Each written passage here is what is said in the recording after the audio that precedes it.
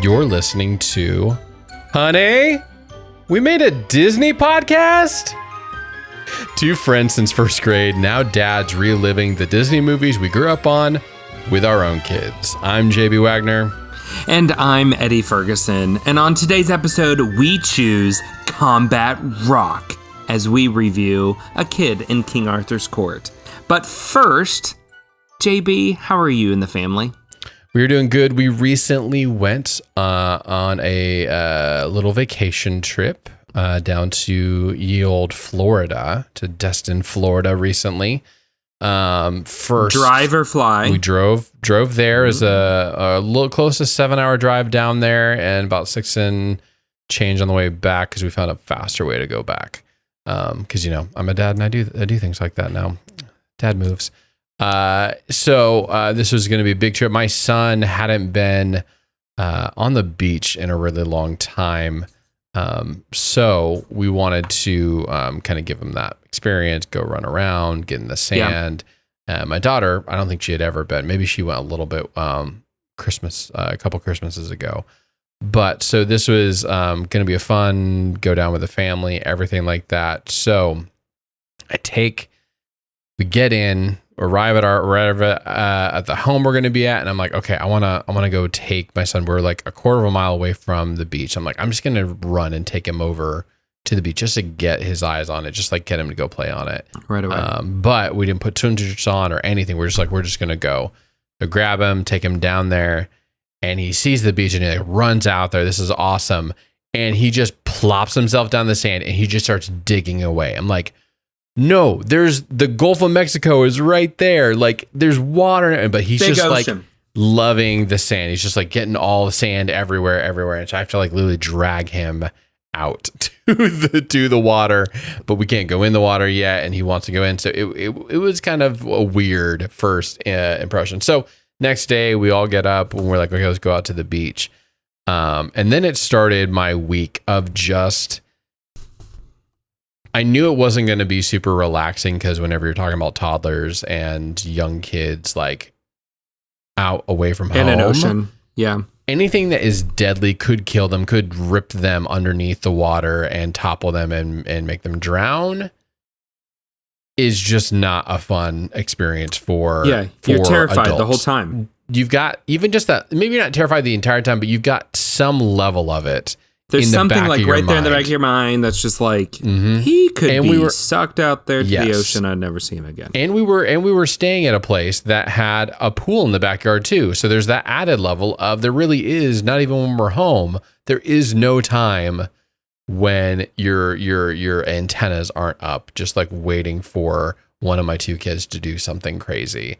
Sure. And so we just constantly, he would fluctuate between wanting to be on the sand, but then you were worried about him being burnt to death. And then you go right back out into the water.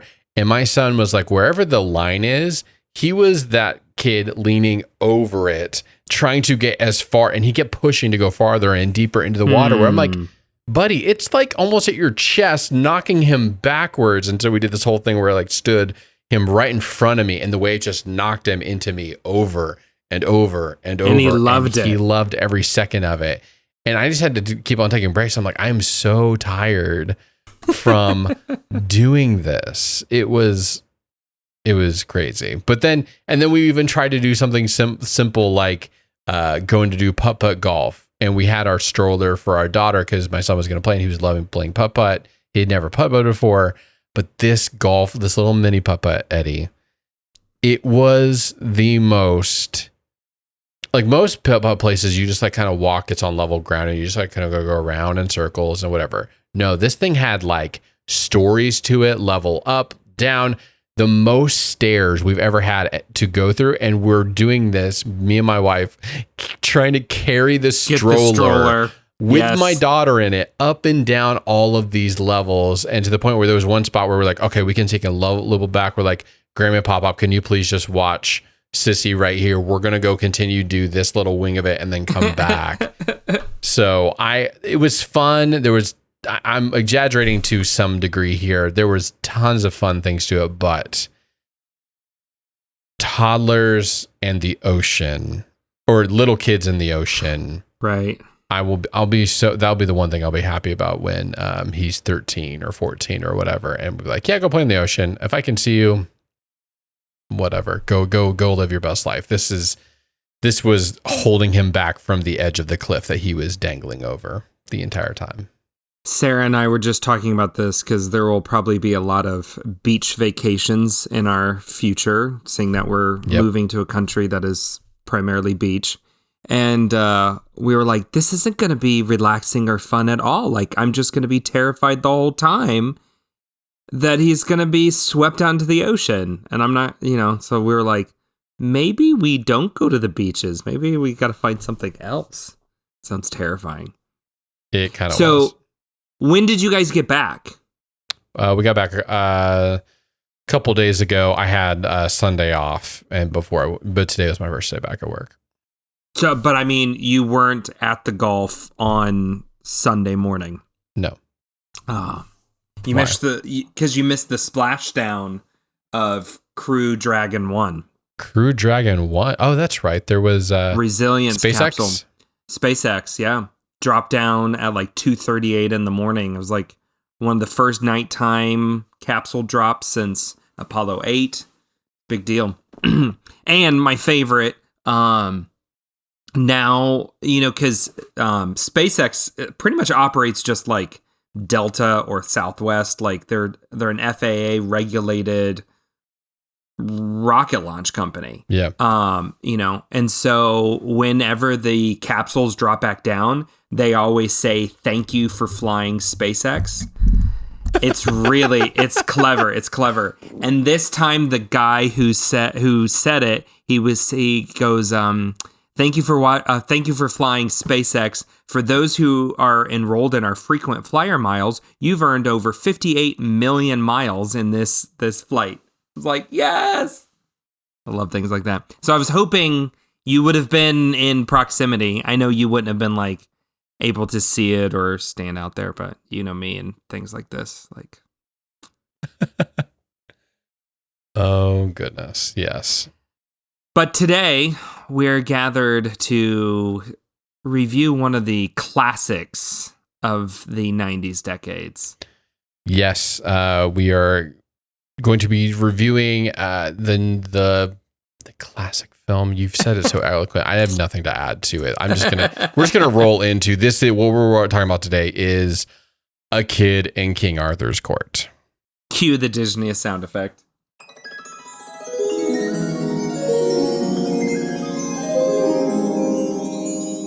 That was probably my worst segue that I've done on this show. I'm very disappointed in myself. I'm very disappointed. I tried to be better.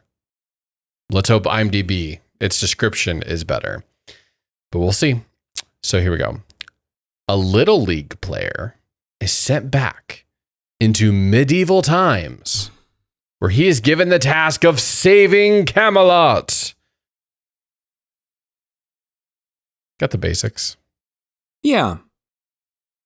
It's all there. It's all there. So let's start where we always like to start. Do you remember this film as a child? I do not remember this movie as a child.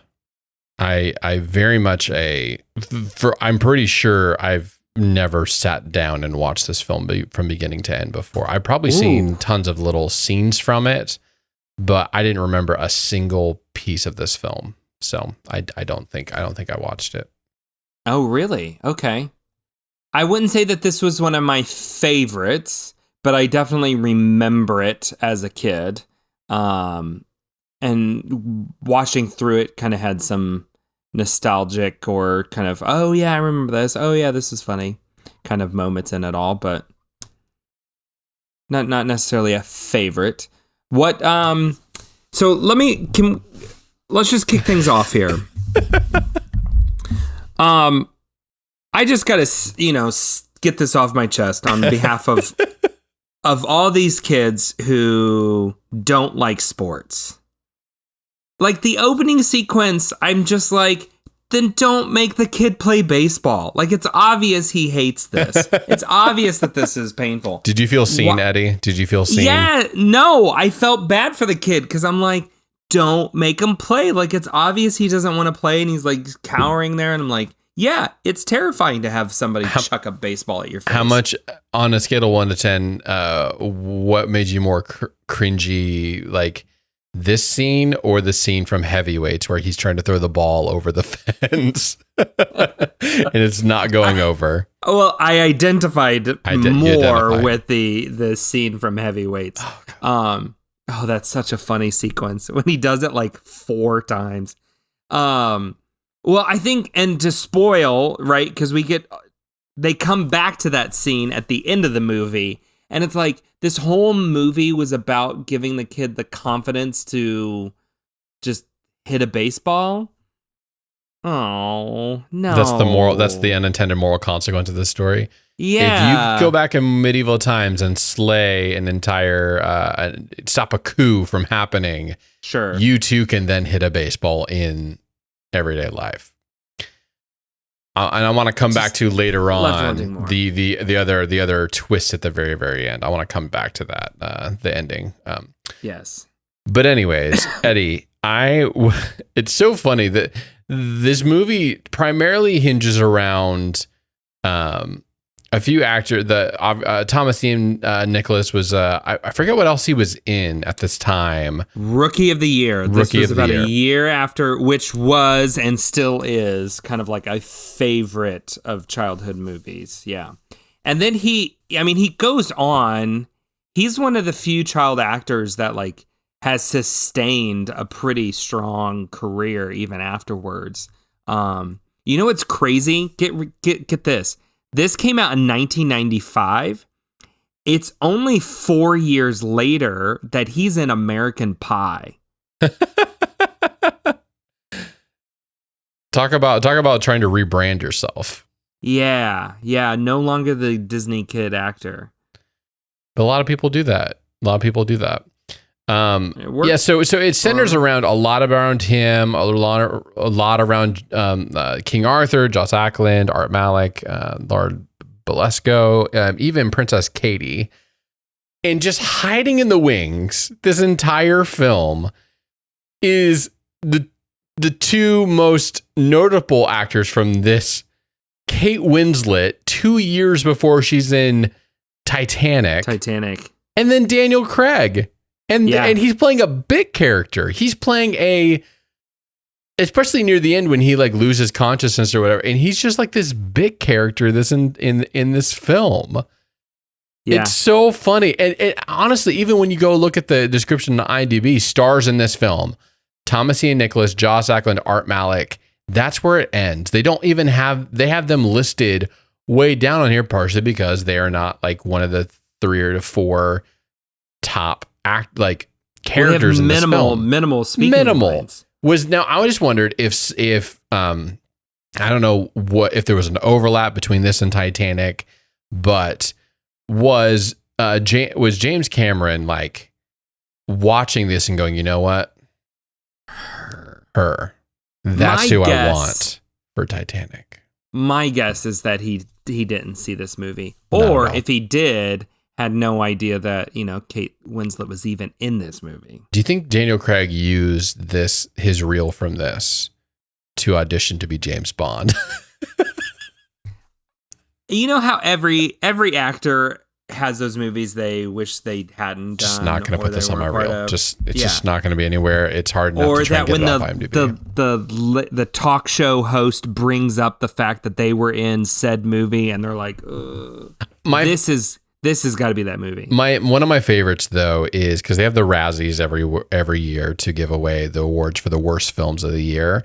I fully appreciate Sandra Bullock. The same year I think she won for The Blind Side, or she was up for The Blind Side. No, she won Best Actress for The Blind Side. Best Actress for The Blind Side. The same exact year, she had a Razzie for All About Steve, and she wheels out onto stage. She's like, we have a little wheelbarrow full of copies of All About Steve to be like, we have a lot of leftover copies if anybody wants one of these. I was like, yes, that's what I want from my celebrities, is understanding, having some sort of awareness of like what they look like and what they are involved in. Because that was a major to be in those two exact movies in the same year is incredible. Well, Titanic doesn't come out in 1995, does it? 97. It comes out in like 97. 2 years. So it's 2 years off. But they could have been filming this, like Titanic, near around the same time as this. At least because it took them. Out. Yeah, it took them a long time to film Titanic. So she probably did go straight from this to that. That's crazy. Okay, so for those of you who have not seen this movie, probably the thing that dare I even say makes this movie is the tropes that are like, hey, let's use something from the 90s every day, and we'll use it, and people will think it's kind of like magical or something unique or whatever in King Arthur's court. And it just so happened when I saw him running in to grab his backpack. Right, you knew, know. Oh, there's the reason he's grabbing this before the earthquake swallows him up. Story reasons.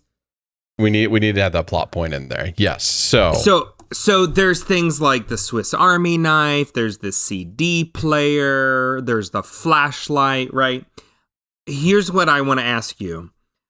Of all of the, let's take something strange from the 1990s and bring it back to King Arthur's court. Which was your favorite? Which trope did you enjoy the most? I mean, the speaker, using the music was genius. A little too genius, a little bit too much, like he knew exactly like it was coming. But anyways, using that to scare everybody right up front, that was a great idea. That was putting it in the horns, great, awesome. That was a genius. That was a MacGyver level move.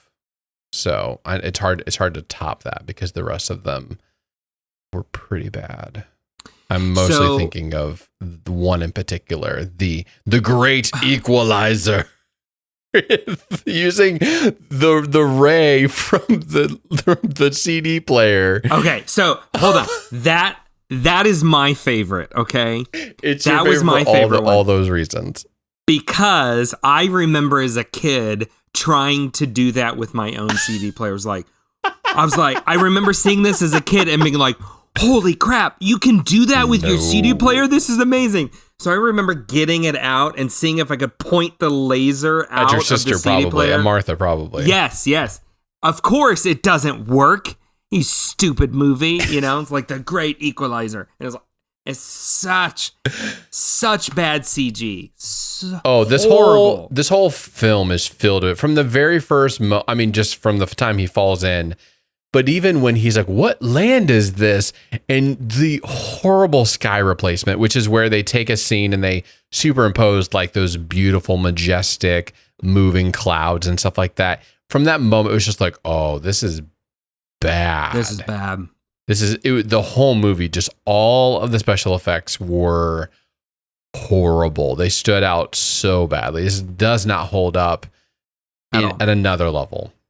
So before we move on from the tropes, though, I think that there's at least an honorable mention of the blacksmith and the attempts to recreate things from the 1990s, right? He did a good job. He did a good job. Though I have to say, I went back and hold on. There's no way he had rollerblades in that backpack. Oh, just like what he could have fit inside that backpack? What he could have fit in the backpack. Because, he has rollerblades made for her, right? Yep. The blacksmith makes those. But then he has, the classic 90s big plastic rollerblades that I had and loved and, used all the time. But I'm looking at that going, there's no way those fit into that little backpack. And I went back and zoomed in. No, that would have been busting out of it. And that would have been a really big feat of engineering to make those. Just the bearings and how they would actually work without being clunky. Right. That would have been really, really hard. Yep. Then the bicycle, which is just comical looking. I don't know. Especially with the scene where he's riding it with the king. It's just, oh, really? Another great comical piece, not special effects. This is just real effects. The fight scene with King Arthur, the old man wielding that sword. It was so bad. I know there was another fight scene in like the out in the courtyard or whatever during the day when they're kind of like running away. But that fight scene in the back after he's got Excalibur, the sound effects for the clanking of Excalibur, the whooshing sound effect when he's using it. But the old man, so rigid, he does not sell it at all. They probably use this example whenever they're talking about editing techniques for now events with like when they have to use older people, like, see, we can't make it look like this because this was so bad. So bad. Do you know where else we've seen him in our walk through our childhood movies? He is from the Mighty Ducks. He is Hans. Yeah. They're like, oh, if you can make skates, you can fight a scene as King Arthur with the Excalibur. And he'll come back in Mighty Ducks 3, I believe. Oh, he does. So he didn't die in the second one. I forgot about that.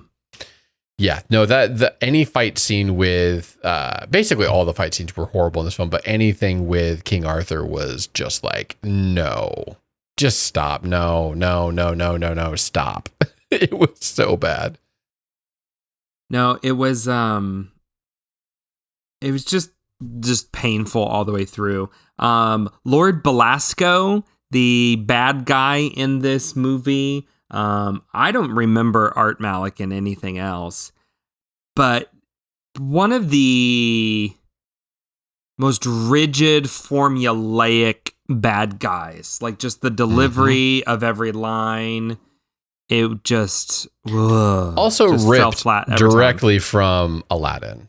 Yes, just very much a directly from him. Which is funny that you say that, because they actually made a direct-to-video sequel of this movie called A Kid in Aladdin's Palace. A Kid in Aladdin's Palace. They were setting up the A Kid in ... universe. Yes. They were hoping this would be a thing, and it wasn't. Uh-huh. Yeah, no, this guy has been in a lot of stuff. He's got a ton of credits to his name, 116, and he's still going. He's in Homeland, right? He's been in the series Homeland. Who are you talking about? This Malik guy, Art Malik. He's been in a lot of stuff. I'm like on his IMDb right now, and it's just like tons and tons of stuff. He's not. I mean, Malik like that. That's a unique spelling. Is he related to Rami Malek? That's what I'm asking. Yeah. Maybe that's how Rami Malek got his start. That would also. I don't see anything in here about it. So, but anyways, can I just give you two things from the poster of this movie that I think your dad in particular would really enjoy these. The poster for A Kid in King Arthur's Court. First of all, it says Calvin Fuller is about to break curfew by 1,500 years. Oh, goodness. But the better one on the poster, are you ready for this? I don't even know if I can do it without laughing. Whew. All right, the poster says, "Joust, do it." It's so good. And then, of course, he's standing there breaking through a wall on his rollerblades with fairy dust. And there's armor that clearly nobody's in this armor. It's just like flopping on the ground. He's just kind of come through. Oh, it's so bad. It's good. Or not so good. Oh my goodness. Yes. And of course, Kate Winslet did not make the credits on this poster. No. That's how before its time. Way before its time.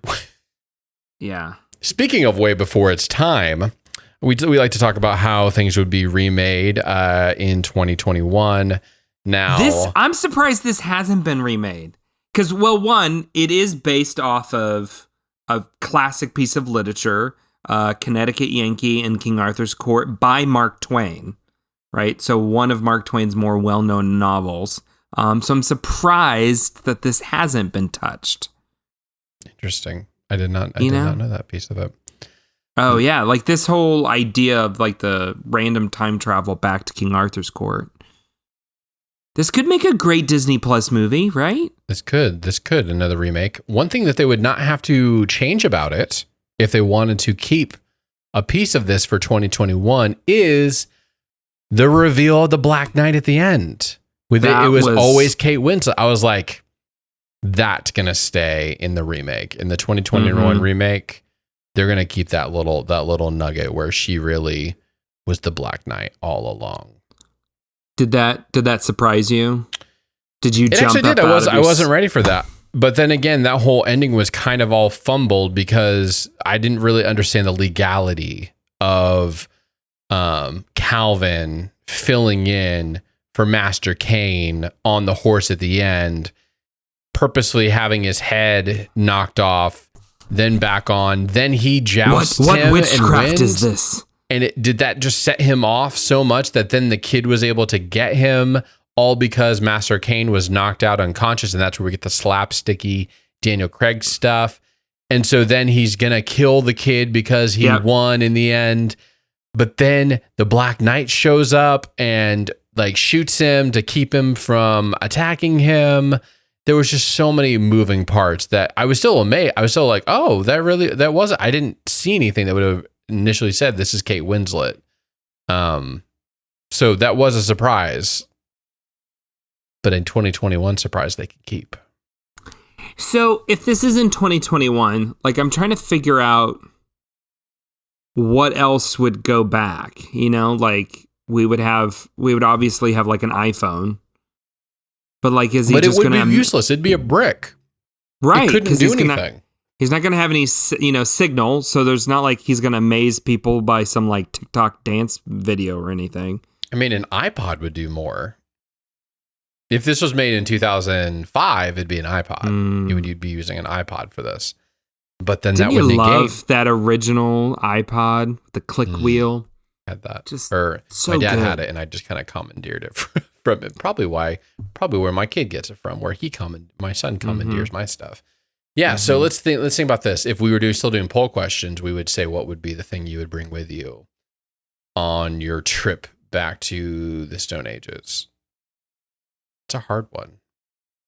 Yeah, I mean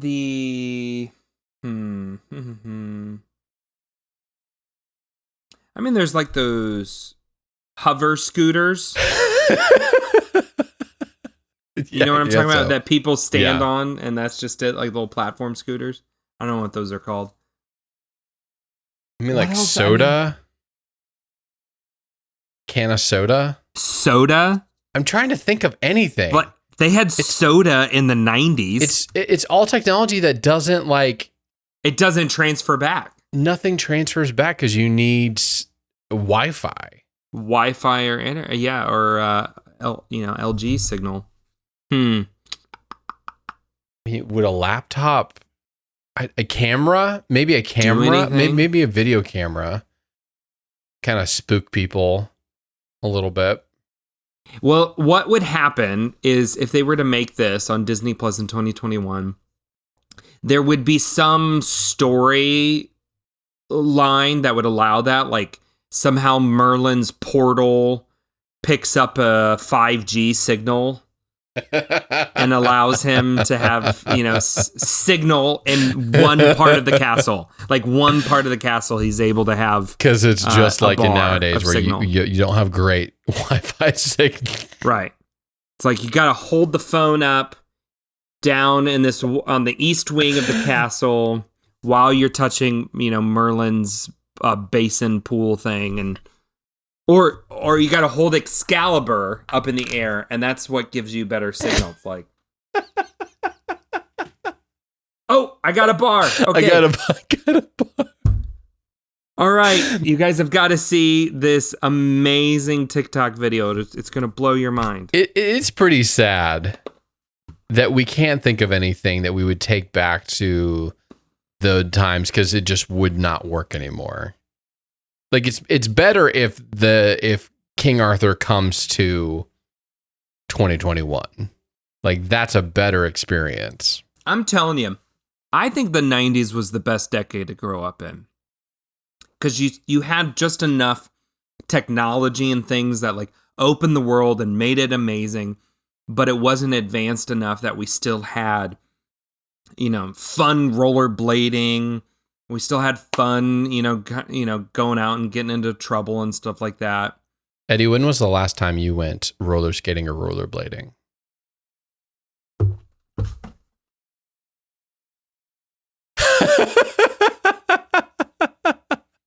For those of you who are not watching the video, I just lifted up my roller skates that sit right next to my Why desk. do you have those? So long story short, my Aunt Darla was a manager of a roller rink for most of my life. And she just came back with candy. Yep, all sorts of stuff. And so we, that roller rink a few years ago was tore down. Like the guy sold it and tore it down. And I said, hey, could you get me a pair of skates from that roller rink that we grew up doing? So she got me a pair. So I have my own pair of skates from that roller rink that I grew up always roller skating in. And these are made in the US of A roller skates. Okay? These are American. These are American roller skates. They are phenomenal. Now, the last time that I've actually used them, I can't remember. It's been a couple of years. We had a team outing a couple weeks ago where we went roller skating. Yes, it was a lot of fantastic. fun. I hadn't. So I mostly did roller blades growing up, just like Calvin in the story, based on true story. And inspired by true events. Inspired by a newspaper clipping. I want to add in this newspaper. And I loved rollerblades, and I like had the perfect feel of that. But I never had roller skated, maybe once in my life, and so it definitely took a lot of. It's different. It's total. It's totally both different. The same. Physics wise, it's kind of the same, but it's not.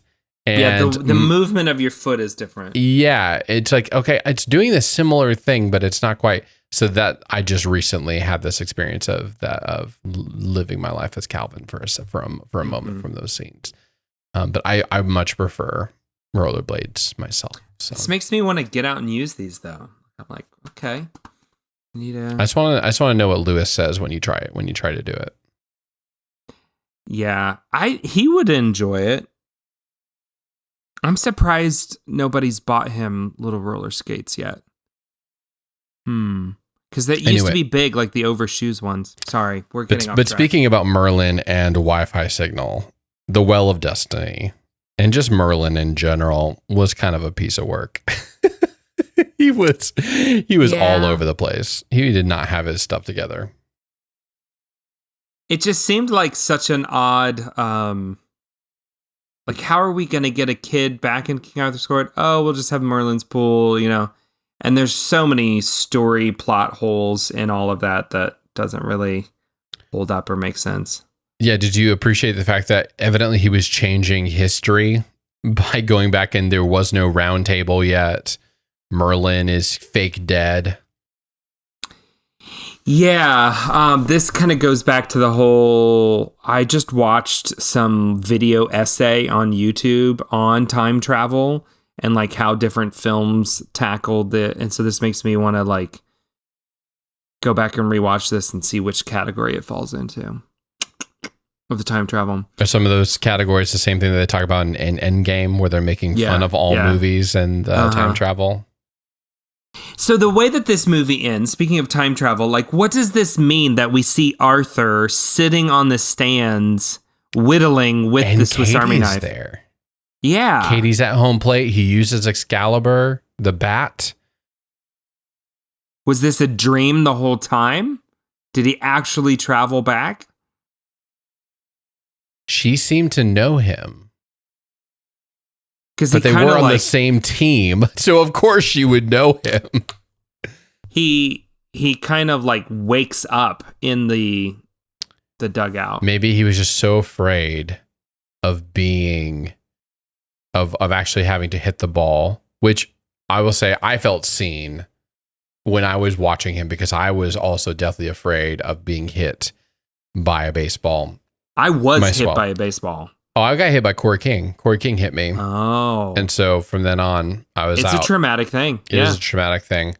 I think I think they were always there, but this scene just played out in his head. And he finally realized that he liked the girl, the catcher. So you think this whole thing was just a dream sequence? But it kind of had shades of wish fulfillment, though. When you're talking about like Merlin brings him back, oh, I'm also going to bring back your favorite people. But can they be in both places? I don't think so. I like the idea of it just being a dream sequence. It was like all a dream. Nothing happened. Don't whisper. Don't whisper. It was all a dream for Daniel Craig and Kate Winslet, that's for sure. But that's what I'm going to give it to. I'm going to say it was just a dream sequence. And there it is. Shall we... Do we rate this? Yeah, I mean, we rate everything. Last week, we didn't even say everyone it knew out loud. what it was. We didn't say it out loud because it didn't feel like it was even worth doing it. It'd be cruel. Okay. Do you want to go first or do you want me to go? I'll let you go first. I am going to give it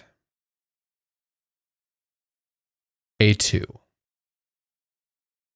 Because one of my biggest criteria is, would I watch this again? If there's no way under God's green earth that I would ever watch this again on purpose or look forward to watching this, then it's an automatic 1. This movie is something that I could see turning on with my son, and he would love all the funny little things that happen in it.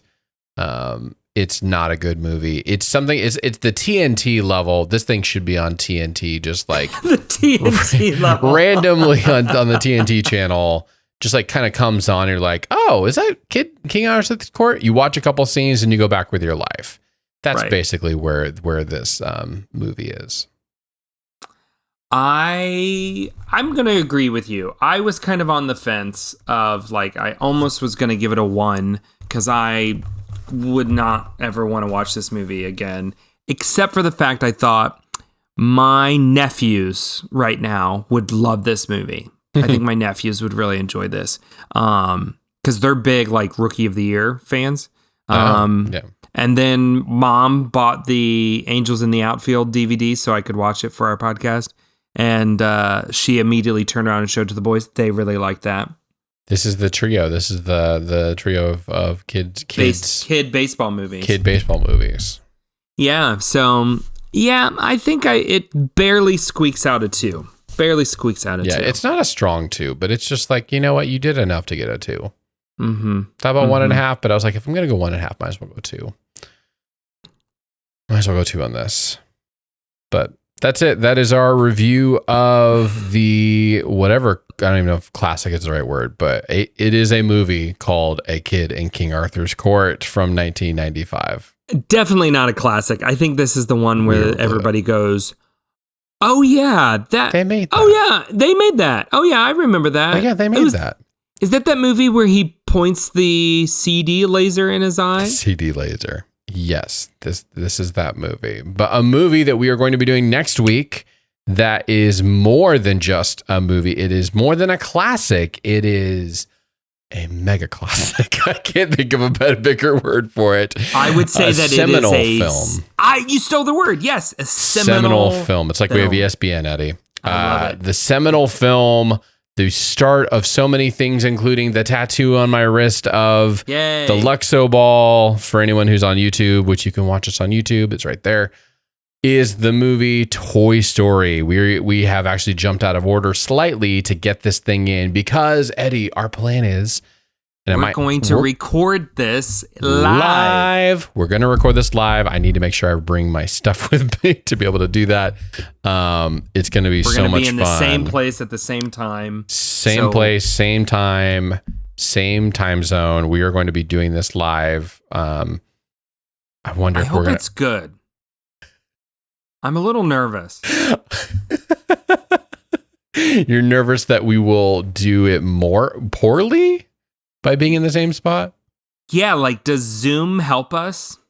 We're not going to be using Zoom for it.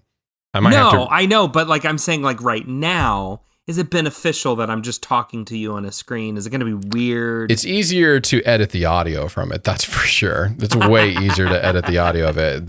It might be a mess of a sound. But that Eddie, it's very reminiscent because that's how we started. Our journey of podcasting many time ago was in my parents' house. We had one audio recorder in the room in the middle, and we were just talking to each other on TRN.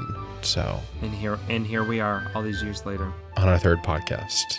So yes, next week you will want to check us out. Subscribe wherever you subscribe to your favorite podcast, because we know we are one of your favorites. So please do so. Thanks for listening.